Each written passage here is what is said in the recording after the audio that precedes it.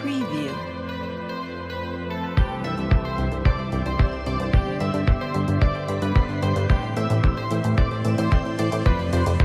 Preview. Preview.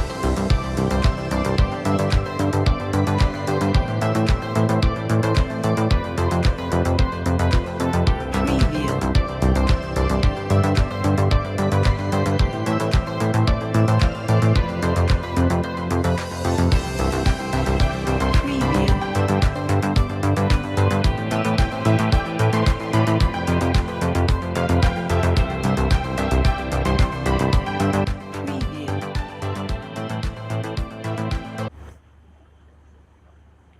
Hello students, हम शुरू कर रहे हैं इंग्लिश क्लासेस। और इंग्लिश में जैसा आप जानते हैं दो बुक्स हैं हमारे पास। एक तो मेन कोर्स बुक है या आप उसे कह सकते हैं मेन टेक्स्ट बुक, जिसका नाम है गोल्डन रेस। और दूसरी बुक जो है जिसका नाम है रिजोल्यूशन, जो आपकी सप्लीमेंट्री रीडर है।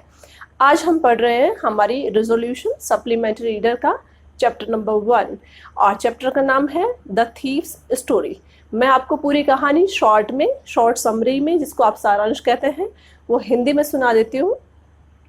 ये कहानी हमें सुनाई है एक नरेटर ने, एक बच्चे ने, जो कभी चोर हुआ करता था और उसके बाद वो काफ़ी दिनों तक चोरी करता है। और बाय चांस वो एक आदमी से मिलता है जिसका नाम अनिल होता है। और क्योंकि वो प्रोफेशनली चोरी करता है, तो वो जब अनिल से मिलता है तो देखता है कि अनिल जो है वो एक रेसलिंग मैच, एक कुश्ती का मैच देख रहे होते हैं। और चोरों की थोड़ी सी आदत होती है कि थोड़ा लोगों से मिक्सअप होने के लिए, क्योंकि वो प्रोफेशनली चोर है, उसका पेशा है चोरी करना और थोड़ा एक्सपर्ट भी है वो चोरी करने में। तो जैसे ही वो अनिल से मिलता है, अनिल से बोलता है कि आप को कुश्ती पसंद है, पहलवानी पसंद है। और तो अनिल बोलता है कि हाँ। तो वो थोड़ा सा फ्लैटर करने के लिए, मतलब उसको थोड़ा सा बटरिंग करने के लिए, थोड़ा सा उसकी एक चापलूसी वाली टोन में बोलता है कि तुम तो रेसलर जैसे दिखते हो। अनिल को थोड़ा सा लगता है, क्योंकि वो 25 ईयर्स 25 साल के आसपास की उम्र का आदमी होता है और थोड़ा दुबला पतला सा होता है। और अनिल उस बच्चे को जो हमें कहानी सुना रहा है, जो चोर है, उसको बोलता है, क्योंकि ये चोर 15-16 साल की उम्र का है, बहुत बड़ा नहीं है। तो उसे बोलता है कि तुम भी एक रेसलर जैसे दिखते हो, एक पहलवान जैसे दिखते हो, जबकि वो बहुत दुबला होता है।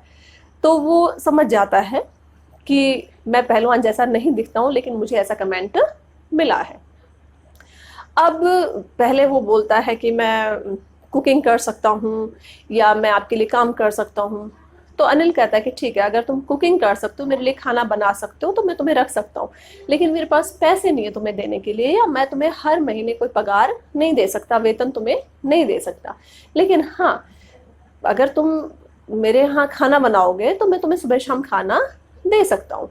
और क्योंकि ये जो चोर है, इसे बहुत दिनों से कोई चोरी करने का मौका नहीं मिला या कोई बड़ा हाथ साफ इसने नहीं किया है, तो ये क्या करता है, ये खाना बनाने के लिए हाँ कर देता है, जबकि इसको खाना बनाना नहीं आता।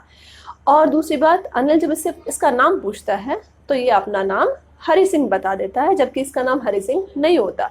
ये हमें बताता है, रीडर्स को, जो कहानी को पढ़ रहे हैं उन्हें बताता है, जो नरेटर है हमारा, कहानी वक्त का वक्ता है, वो हमें बताता है कि कैसे ये जो है, खुद ये बहुत जगह काम किया है इसने, और ये हमेशा लोगों से गलत अलग अलग नाम लोगों को अपना बताता है, कभी अपना सही नाम नहीं बताता। और ऐसा ही इसने अनिल के साथ किया और उसे अपना गलत नाम बता दिया। अब जब इसको खाना बनाने के लिए कहा गया तो इसको खाना बनाना आता ही नहीं है।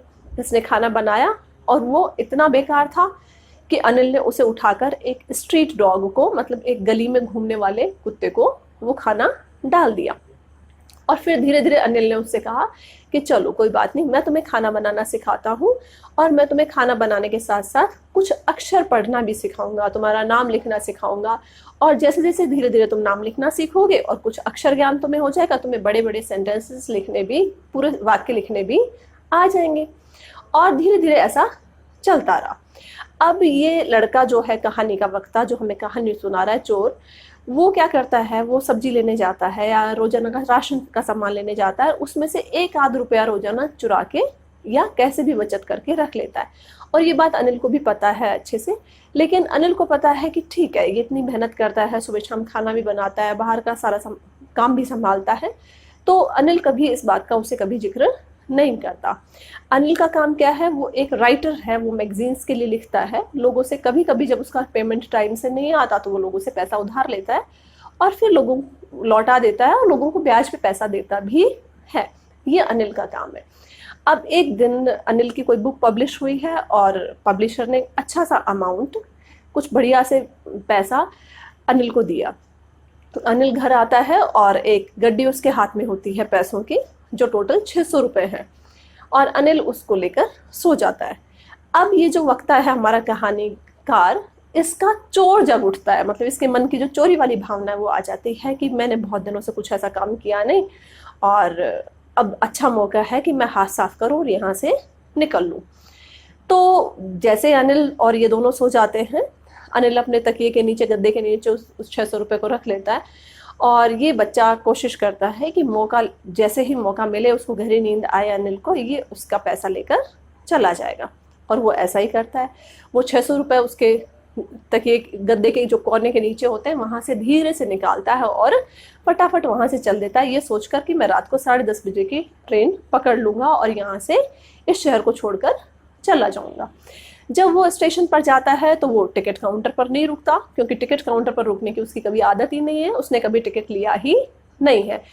ट्रेन वो आराम से पकड़ सकता है, पर कुछ ऐसा है जो उसे ट्रेन पकड़ने से रोक देता है और वो ट्रेन को पकड़ने की कोशिश करता भी है और नहीं भी करता एक तरह से, कि ट्रेन को वो जाते हुए देखता है जिस ट्रेन को वो आराम से पकड़ सकता था। अब वो ट्रेन को जब नहीं पकड़ता तो वहाँ खड़ा रहता है और कुछ समय बाद कुछ सोच कर वो वापस चलना शुरू कर देता है। जब वापस आता है तो क्लॉक टावर के नीचे खड़ा होता है, घंटाघर के नीचे, और घंटाघर के नीचे खड़ा होकर सोचना शुरू करता है कि क्यों उसके कदम उस ट्रेन में बैठने से रुक गए थे। वो जो 600 रुपये उसने अनिल के पास से चुराए थे, वो उसने अपने पजामे का नाड़ा जो होता है, डोरी, उसमें उसने वो कर लिए थे और बारिश होना शुरू हो गई थी। वो धीरे धीरे भीगना शुरू हुआ और अब धीरे धीरे वो वापस घर की तरफ लौटने लगा। जब वो घर की तरफ लौटता है, घर भी अंदर आ जाता है, बीच में काफ़ी विचार करता है कि मैं क्या करूं, कहाँ जा सकता हूं, कौन ऐसा है जो मुझे सहारा दे देगा, कौन ऐसा है जो मुझे हेल्प कर सकेगा या मदद कर सकेगा। और उसके दिमाग में बार बार रह रहकर सिर्फ और सिर्फ अनिल का नाम आता है, जिसके घर में वो लगभग पिछले 1 महीने से रह रहा था, खाना बना रहा था, खा रहा था और उसके साथ में बहुत सारी अच्छी बातें भी सीख रहा था और पढ़ना लिखना भी सीख रहा था। अब उसे एहसास होता है कि क्या ये 600 रुपये मुझे लिखना पढ़ना सिखा पाएंगे? क्या इन 600 रुपये में जो मेरे अंदर बदलाव आया था, क्या वो बदलाव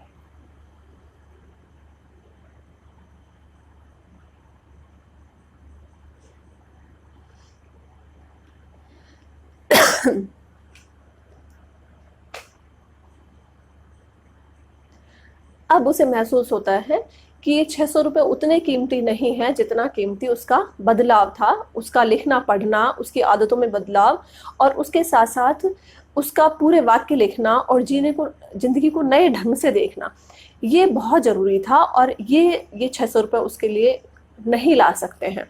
ऐसा सोचकर वो वापस आया और वापस आकर, क्योंकि वो भीग चुका है और भीगा है तो जो पैसे उसने रखे थे वो भी भीग चुके हैं। अब उसने आकर देखा कि जो अनिल है वो अभी भी बहुत गहरी नींद में सोया हुआ है।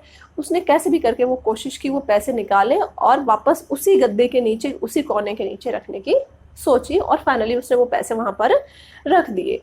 पैसे रखने के बाद वो सो जाता है और देखता है कि अनिल जो है वो भी बहुत गहरी नींद में सोया हुआ है। लेकिन सुबह बहुत लेट उठा और सुबह बहुत लेट उठा तो देखा कि अनिल ने उसे चाय सर्व की है और अनिल के हाथ में इस तरह से एक 50 रुपये का नोट है और अनिल ने उसे 50 रुपये दिए और कहा कि आगे से मैं तुम्हें पगार देना शुरू करूँगा, क्योंकि अब मेरी बुक पब्लिश हो गई और अब मेरी एक रेगुलर इनकम, एक लगातार जो मेरे कमाई का जरिया है वो बन गया है।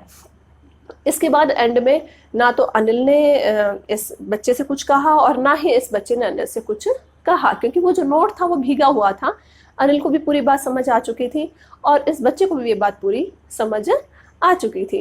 पूरी कहानी है मानवता को लेकर कि कैसे हम बहुत अच्छा बिहेवियर करके अपने व्यवहार को अच्छा रखकर और लोगों के व्यवहार में बदलाव ला सकते हैं, एक सकारात्मक बदलाव ला सकते हैं। इस कहानी के लेखक है रस्किन बॉन्ड। रस्किन बॉन्ड जो सबसे ज़्यादा पढ़े जाने वाले इंग्लिश लेखक हैं, जिन्हें हम हिंदुस्तान में या इंडिया में सबसे ज़्यादा पढ़ते हैं। इनकी बहुत सारी कहानियाँ इन्होंने लिखी हैं, बहुत सारी कविताएं इन्होंने लिखी हैं। इनमें से ही एक छोटी सी कहानी थी द थीफ्स स्टोरी, चोर की कहानी, जिसको लिखने में खास बात जो हमें सीखने को सिखाई रस्किन बॉन्ड ने लिखकर, वो ये कि अनिल का जो व्यवहार था, बिहेवियर था, उसने एक बहुत बड़ा रोल प्ले किया इस चोर के व्यवहार को बदलने में। Thank you.